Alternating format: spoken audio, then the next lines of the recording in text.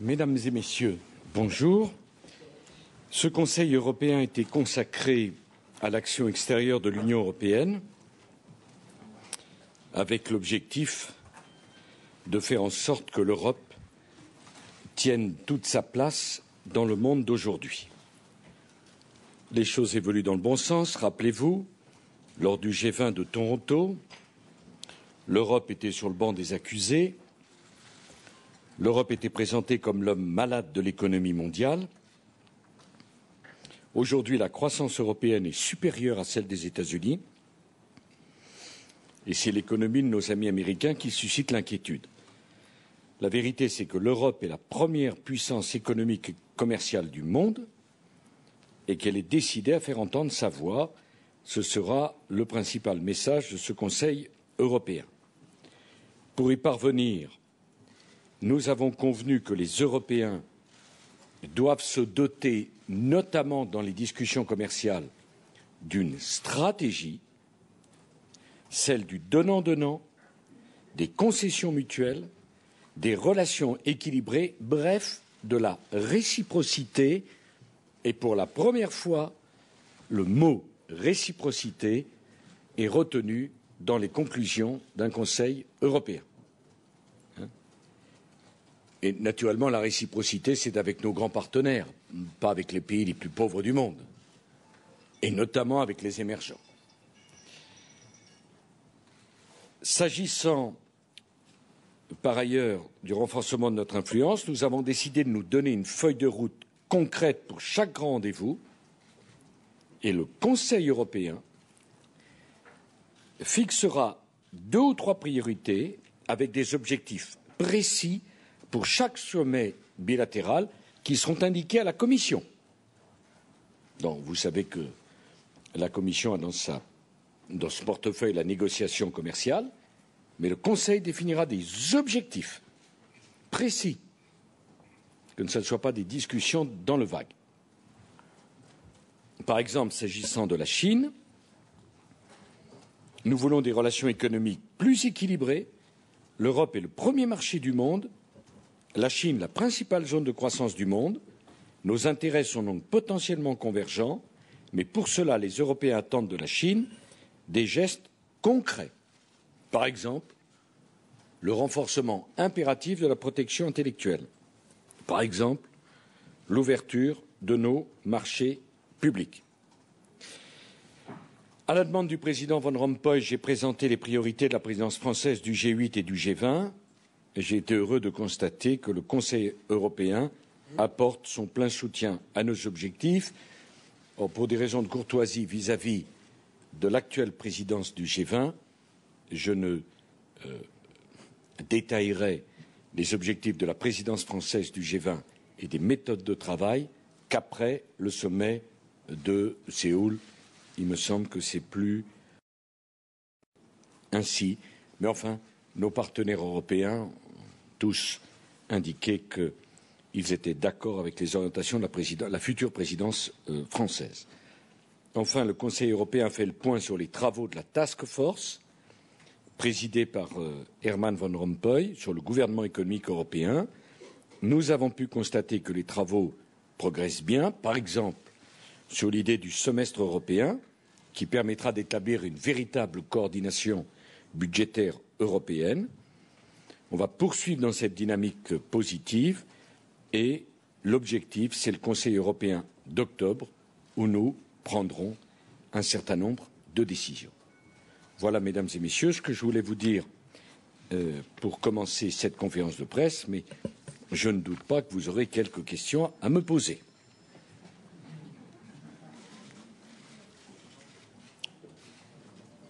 Monsieur Quatremer.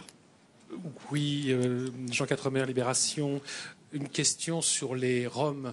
Il semblerait que les discussions ont été particulièrement vives, selon plusieurs sources, entre vous et le président de la Commission européenne. Est-ce que vous pourriez nous en dire un peu plus? Exactement. Et est-ce que la France, aujourd'hui, est dans la position d'accusé? Est-elle seule contre le reste du monde, après les condamnations donc de l'ONU, du pape, de la Commission européenne, du Parlement européen et de nos partenaires? Donc savoir un petit peu où on en est. Monsieur Quatremer, dans le rôle de porte-parole du pape, on aura tout vu. dans l'exégèse des bulles pontificales. Monsieur Quatremer, vous êtes compétent extrêmement sur l'Europe, laissez donc le pape de côté. Franchement, ou alors intéressez-vous vraiment à ce qu'il dit. Vous êtes trop sérieux pour ça. Alors, c'est effectivement une affaire qui a fait l'objet d'une discussion entre nous au déjeuner. Et pour dire les choses comme elles sont, la totalité des chefs d'État et de gouvernement ont été choqués par les propos outranciers tenus par la vice-présidente de la Commission.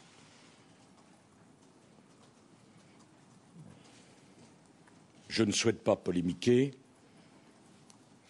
Madame Reding s'est excusée pour ses propos gravement injurieux. Restons-en là. Mais la totalité des chefs de gouvernement et des chefs d'État ont indiqué qu'il était profondément choquant qu'on s'adresse comme ceci, avec des raccourcis historiques qui ont profondément blessé l'ensemble de nos compatriotes. Et vous pourrez interroger chacun, c'est un avis parfaitement unanime. Je voudrais d'ailleurs dire que j'ai été très sensible, dès hier soir, à l'appel de Madame Merkel, me disant sa totale solidarité, à l'appel de Jean-Claude Juncker, ce qui me permet de dire à mes nombreux amis luxembourgeois que le Luxembourg est un pays ami de la France et que, naturellement, je ne confonds pas une commissaire européenne venant du Luxembourg et les représentants du Luxembourg. Et de ce point de vue, ça a été parfaitement unanime. Et sans ambiguïté, je dois d'ailleurs dire, pour être parfaitement honnête, que le président Barroso s'est totalement désolidarisé de la violence du propos, assimilant la politique de la France à ce qui avait été mis en œuvre de sinistre mémoire pendant la Seconde Guerre mondiale. On ne parle pas comme ça entre partenaires européens. Ces propos étaient profondément blessants et mon devoir de chef de l'État, c'était de défendre la France. Et de ce côté, Monsieur Quatremer, je vais y venir, mais prenons les choses les unes après les autres. Mais les mots qui ont été prononcés, dégoûtant, honte, Seconde Guerre mondiale, évocation des Juifs, c'est quelque chose qui nous a profondément choqués. C'est, Monsieur Parmentier, un jour peut-être vous ferez une conférence de presse, pour l'instant vous n'êtes que questionnaire. Voilà. Et donc je peux dire, et vous le vérifierez certainement, que personne n'a souhaité accepter de tels propos en eux-mêmes inacceptables. Encore une fois, Madame Reding s'est excusée. J'en prends acte. Alors, fin juillet, le gouvernement français a pris la décision d'agir pour faire respecter l'ordre public et pour garantir la sécurité publique sur le territoire de la République française. Ce n'est pas le droit du gouvernement français de faire cela. C'est son devoir. La France a agi et continuera d'agir dans le strict respect du droit européen et notamment de la directive 2004-38 sur les droits des citoyens de l'Union, laquelle directive prévoit expressis verbis que les citoyens ont le droit de séjour à l'intérieur de l'Union sous réserve de disposer des ressources financières suffisantes et sous réserve, bien sûr, de respecter l'ordre public. La Commission, comme c'est son rôle, et Monsieur Quatremer, je n'ai de ce point de vue aucune remarque à faire, c'est son rôle,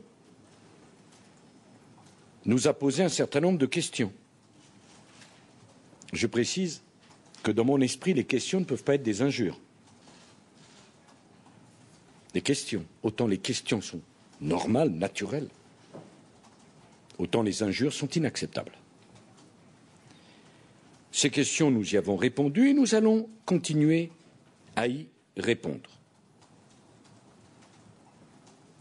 Alors, il se trouve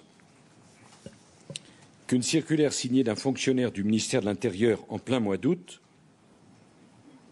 comportait des formulations susceptibles d'être mal interprétées. Dès que j'ai eu connaissance de cette circulaire, la dite circulaire a été immédiatement annulée et remplacée par une nouvelle circulaire signée cette fois par le ministre de l'Intérieur lui-même. Et d'ailleurs, lorsque Mme Reding a fait ses déclarations outrancières, la dite circulaire avait déjà été annulée. Ce qui montre bien la bonne foi des uns et des autres. L'évacuation qui était concernée par la circulaire en question portait sur l'installation de camps illégaux en France, sur notre territoire. Nous allons donc continuer à démanteler les camps illégaux sans aucune distinction d'origine ou de culture. Naturellement, nous ne visons qu'une population, nous visons le démantèlement de tous les camps illégaux, quels que soient ceux qui s'y trouvent. Et bien évidemment, dans le respect des traités européens. Le traité européen prévoit la libre circulation des personnes. Ce n'est pas pour autant qu'on puisse passer d'un pays à l'autre, s'installer sur un terrain qui n'est pas à vous, l'occuper en violation de l'ordre public. Par ailleurs, nous refusons l'installation aux portes de nos villes de bidonvilles. Je regrette qu'on ait laissé s'installer ce type d'habitation qui est dégradant tant pour ceux qui y vivent que pour ceux qui en sont les riverains. Quand on voit les images des conditions de vie de ces familles, sans eau, sans électricité, ce n'est pas l'idée que je me fais de la France comme terre d'accueil. Et on ne peut pas fermer les yeux, et je ne fermerai pas les yeux, et la République française ne fermera pas les yeux sur ces camps illégaux qui ne sont dignes ni de la République, ni de l'idéal européen. La France a toujours pris ses responsabilités en matière d'accueil des réfugiés. Je rappelle que nous sommes la première terre d'accueil des exilés en Europe. La première. Et nous le resterons. Mais cette tradition d'accueil ne se fera pas au mépris du respect des lois. Les lois s'appliquent à tous. C'est le principe même de la République. Et le principe de la libre circulation n'a jamais voulu dire installation illégale au mépris de la loi. L'Europe ne peut pas fermer les yeux sur l'existence des camps illégaux. Et de ce point de vue, la totalité de mes collègues du Conseil européen partagent cette analyse, y compris le Premier ministre bulgare, y compris le président roumain, avec qui je m'en suis entretenu longuement. L'Europe ne peut pas fermer les yeux sur ce sujet comme sur les autres. Enfin, à force de fermer les yeux sur les vraies questions, on éloigne les Européens de l'Europe alors qu'on a besoin de rapprocher les Européens de l'Europe. Et comment croire que les institutions européennes seront mieux comprises et mieux respectées si, sous prétexte d'une compassion que je peux comprendre, nous encouragions le laisser-faire ou des pratiques non respectueuses des lois. D'ailleurs, le président roumain a bien convenu que la question des Roms était une question extrêmement difficile à régler pour lui. Il nous a expliqué que son pays comptait 1 500 000 Roms, dont une partie ne souhaitait pas s'intégrer dans le cadre de la Roumanie, et il a demandé que ce cette question soit portée au niveau européen et que la Commission fasse des propositions. Nous sommes tous d'accord là-dessus. Tous d'accord, Monsieur Quatremer, là-dessus. Tous d'accord pour dire que c'est un vrai problème, c'est une vraie question, et que mieux vaudrait le traiter de façon européenne, d'ailleurs. La Commission dispose d'ailleurs de crédits pour cela. Et nous attendons avec impatience ces propositions. Alors, je veux dire que l'impatience est sur ce sujet comme sur d'autres. Le fondement de la République et l'idée que je me fais de la construction européenne, c'est le droit à la dignité humaine pour tous. Et les images que nous avons vues de la vie au quotidien dans ces camps illégaux, je pose la question, sont-elles dignes? Doit-on continuer à y voir y résider des enfants au milieu de rats, dans des conditions totalement insalubres? Qu'est-ce que ça a bien à voir avec la libre circulation des personnes? Et au fond, je suis choqué que l'on ait accepté pendant aussi longtemps de laisser des familles entières vivre dans de véritables bidonvilles aux portes de nos cités. Personne ne mérite de vivre comme cela. Notre responsabilité politique, c'est de trouver des solutions. Alors donc, en résumé, l'Europe unanime condamne les propos outranciers. L'Europe unanime considère que la question des Roms est une question extrêmement préoccupante qui doit être traitée par un effort européen d'intégration. J'ai quand même dit au président roumain qu'il n'était pas anormal que la première responsabilité d'intégration des Roms, c'était dans leur pays en Roumanie, même s'il n'y a pas qu'en Roumanie qu'il se trouve des tziganes. Peut-être serez-vous intéressé de savoir que depuis le début du mois d'août, nous avons procédé à 355 opérations de démantèlement de campements illicites s'agissant de gens du voyage, qui pour la plupart, quasiment 100%, sont des citoyens français. Cela représente 23 000 personnes évacuées et 355 camps démantelés. Je parle des gens du voyage. Alors, donc, étant français, ils ne sont pas expulsés. Ces évacuations se font après décision administrative sous le contrôle du juge. D'autres opérations ont concerné des campements illicites. Ces autres opérations ont essentiellement concerné des Roms, d'origine roumaine pour la plupart, et bulgares pour une minorité. 99 opérations concernant 3 450 personnes. Aujourd'hui, nous sommes passés, enfin c'était les chiffres qui avaient été publiés par le ministère de l'Intérieur, aujourd'hui nous sommes passés à 199 évacuations de camps de Roms pour 5 400 personnes. Et 7 opérations concernant une centaine de personnes ont visé des camps de non-européens, Vietnam, Soudan, Iran, Irak. Au total, ce sont plus de 500 campements illicites qui ont été démantelés au cours du mois d'août 2010. Les gens du voyage, français donc, ont représenté entre les 2 tiers et les 3 quarts des démantèlements. Et ont représenté 80% des personnes concernées. Ces chiffres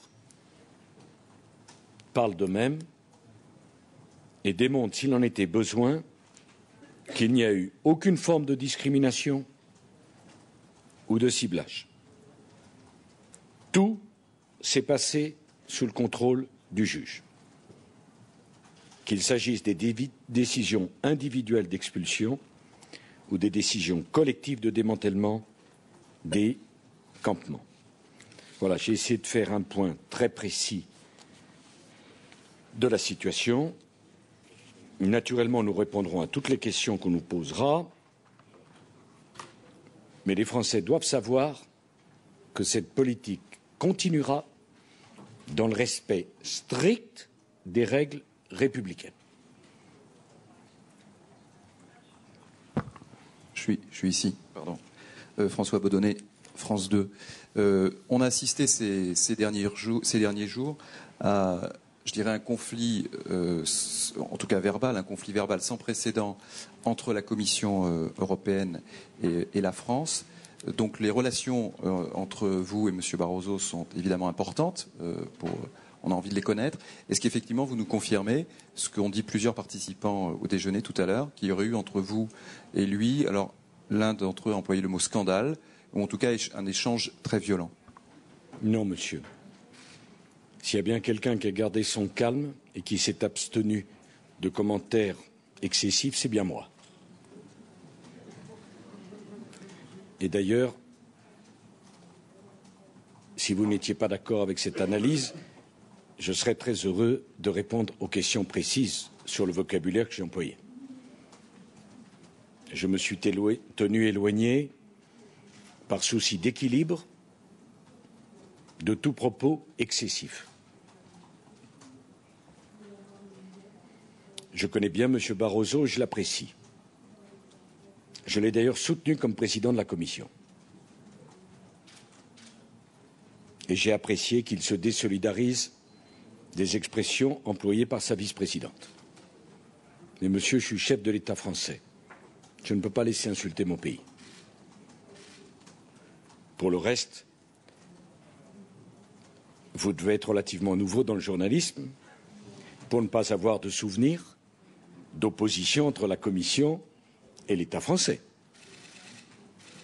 qui a fait l'actualité de la vie politique européenne depuis ces 40 dernières années. Je pourrais en citer maintes exemples.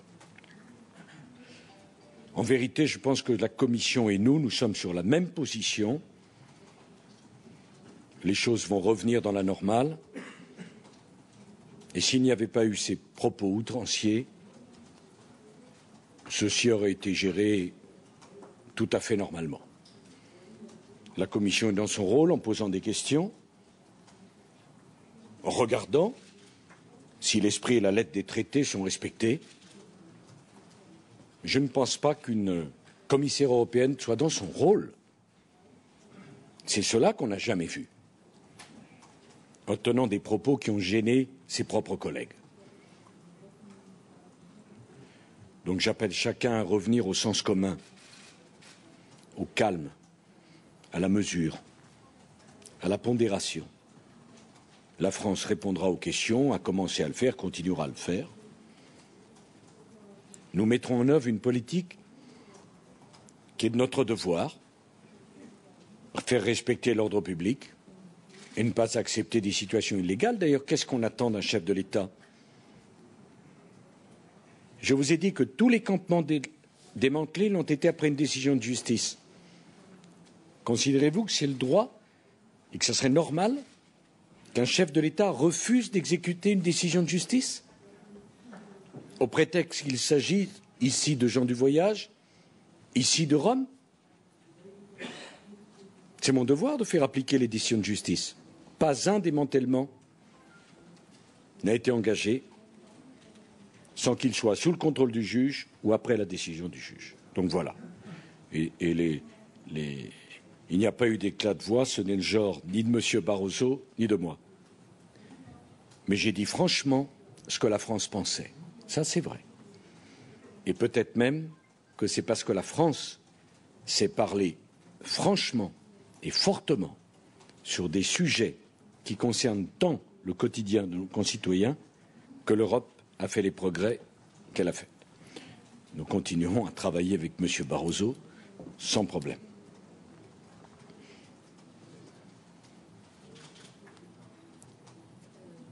Excusez-moi, Monsieur le Président. Béatrice Adjage, RTL. Vous semblez dire que finalement toute cette polémique est de la responsabilité de Madame Reding.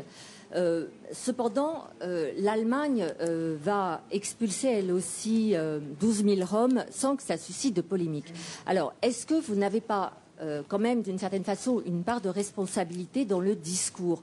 C'est vous, je crois, fin juillet, qui demandez explicitement à ce que les campements illicites, et notamment ceux des Roms, soient évacués. Donc, si dans vos actes, vous nous avez expliqué que rien n'est répréhensible, est-ce que dans votre discours, vous n'avez pas prêté le flanc aux accusations de discrimination? Madame Adjadj, Madame Merkel m'a indiqué sa volonté de procéder dans les prochaines semaines à l'évacuation de camps. Nous verrons à ce moment-là le calme qui régnera dans la vie politique allemande. De la même façon qu'un certain nombre de chefs d'État allemands annoncent une réforme des retraites. Les manifestations, on ne les a pas au moment de l'annonce, on les a au moment où on le fait. Et je dois dire que j'ai été très sensible au soutien complet, total et entier, une fois encore, d'Angela Merkel, sur cette question, comme sur tellement d'autres. Madame Adjadj, je vous pose une question à mon tour, si vous me permettez, je ne veux pas vous mettre en situation de répondre naturellement, mais réfléchissons un peu ensemble. Après les événements graves que nous avons connus cet été à Grenoble, où des malfrats ont tiré à l'arme de guerre sur des policiers, et les événements qui se sont déroulés dans un département rural, je crois me souvenir que c'était le Loir-et-Cher, où des gens du voyage ont attaqué une gendarmerie. Ne faisons pas d'amalgame, ne généralisons pas. Mais vous, Madame Adjadj, à RTL, quand ces événements se sont produits, les avez-vous couverts? N'en avez-vous pas fait les premiers sujets d'actualité? Ne m'avez-vous pas interrogé à de multiples reprises sur cette situation où des gens du voyage attaquaient une gendarmerie? Vous-même, les médias, n'en avez-vous pas fait la une? Premier sujet de télévision, premier sujet de radio, premier sujet dans la presse écrite. Que se passe-t-il? Vous en avez parlé. Vous en fais-je le reproche? Certes non, mais vous en avez parlé.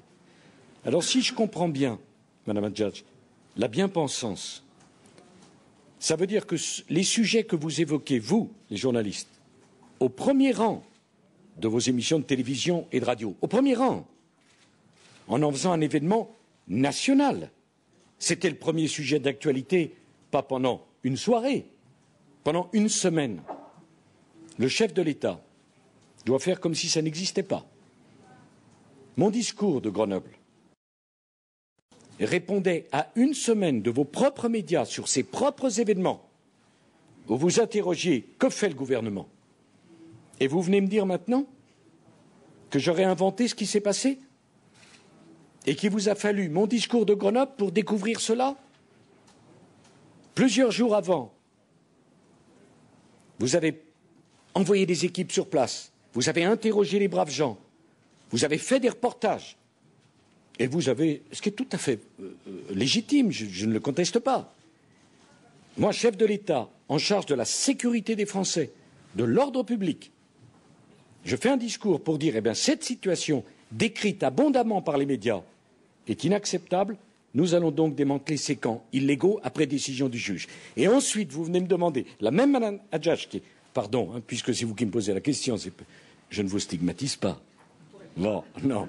Bon, alors disons, le même journaliste, excusez-moi, je retire votre nom naturellement, enfin nous nous connaissons, mais la même personne qui en a parlé sur la première radio de France, en audience, la même personne vient me dire, est-ce que vous ne croyez pas que vous en avez trop fait de faire un discours après l'intense battage médiatique sur ces événements?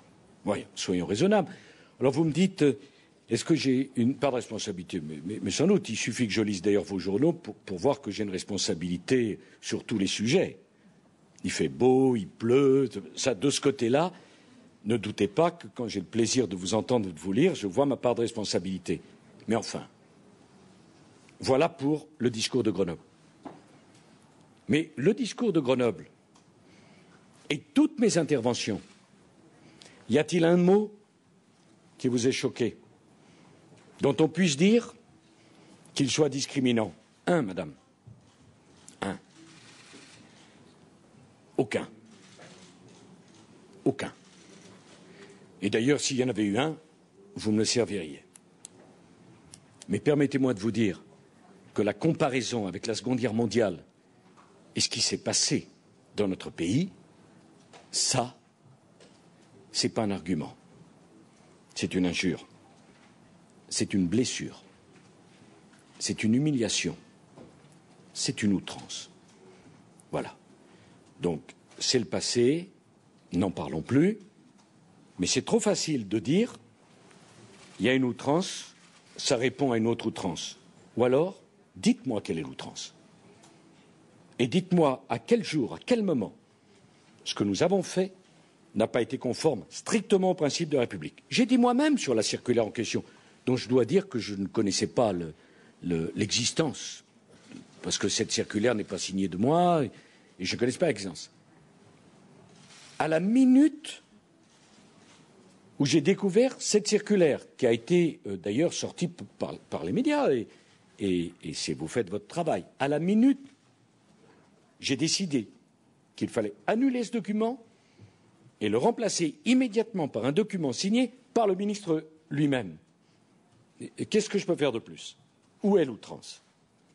Et s'agissant de l'enquête de la Commission, pour savoir si ce que nous faisons est conforme au traité, est tout à fait normal, et je n'ai rien à trouver à en dire. Et Éric Besson, qui a fait un excellent travail, de même que Pierre Lelouch, sont venus, ont ouvert les dossiers et ont parlé. Il n'y a pas d'outrance de la France.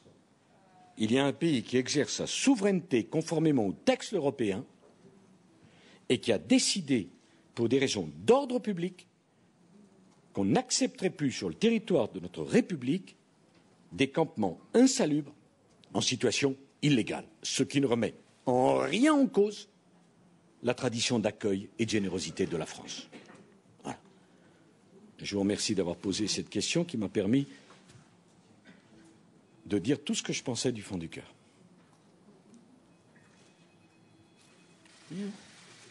Donnez.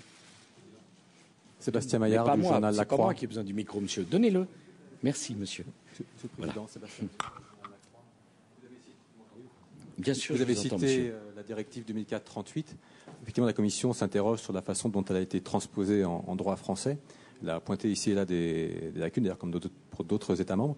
Est-ce que vous êtes prêt éventuellement à revoir la façon dont cette législation a été transposée et appliquée en droit français? Et deuxième question, vous dites que la Commission est dans son rôle. Est-ce que dans votre gouvernement, tous les ministres, et je pense à Pierre Lelouch, ont compris ce rôle et en sont convaincus? Bon, pour vous répondre très franchement, s'il s'avérait que dans la transposition, les gouvernements qui nous ont précédés, comme le nôtre, aient commis des erreurs, monsieur, mais naturellement qu'on les corrigerait. Vous savez, depuis que je suis président de la République, vous l'avez d'ailleurs noté, un certain nombre d'entre vous, je crois avoir fait de nombreux efforts pour rapprocher la France de l'Union européenne, et vous avez parfaitement raison. Enfin, s'il s'avérait que, je ne sais pas à quoi vous pensez techniquement, mais s'il s'avérait qu'il y a une erreur, nous la corrigerions, bien sûr. Mais est-il nécessaire pour ça d'assimiler à ce qui s'est passé pendant la Seconde Guerre mondiale? Première remarque. Deuxième remarque, je vous ai dit qu'Éric Besson, comme Pierre Lelouch, avait fait un très bon travail. Mais c'est vrai que si Pierre Lelouch a critiqué la Commission dans sa mission, il n'a pas eu raison. Mais enfin, à sa décharge et pour sa défense, c'était dans un contexte où il s'est senti, et je le comprends, blessé et humilié. Donc, du calme. Voilà. La Commission est gardienne des traités, qu'elle fasse son travail. Le gouvernement doit protéger les Français, faisons notre travail.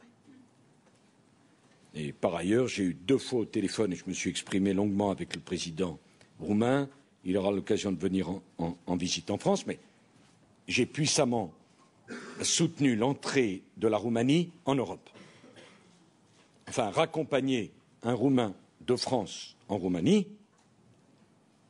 c'est-à-dire à l'intérieur de l'Europe, c'est quand même quelque chose de naturel.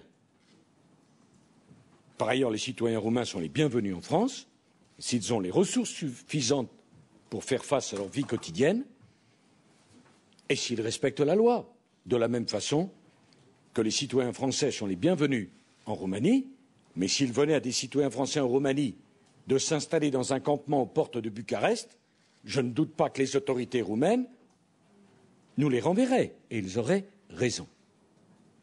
Et nous avons procédé à un échange de policiers.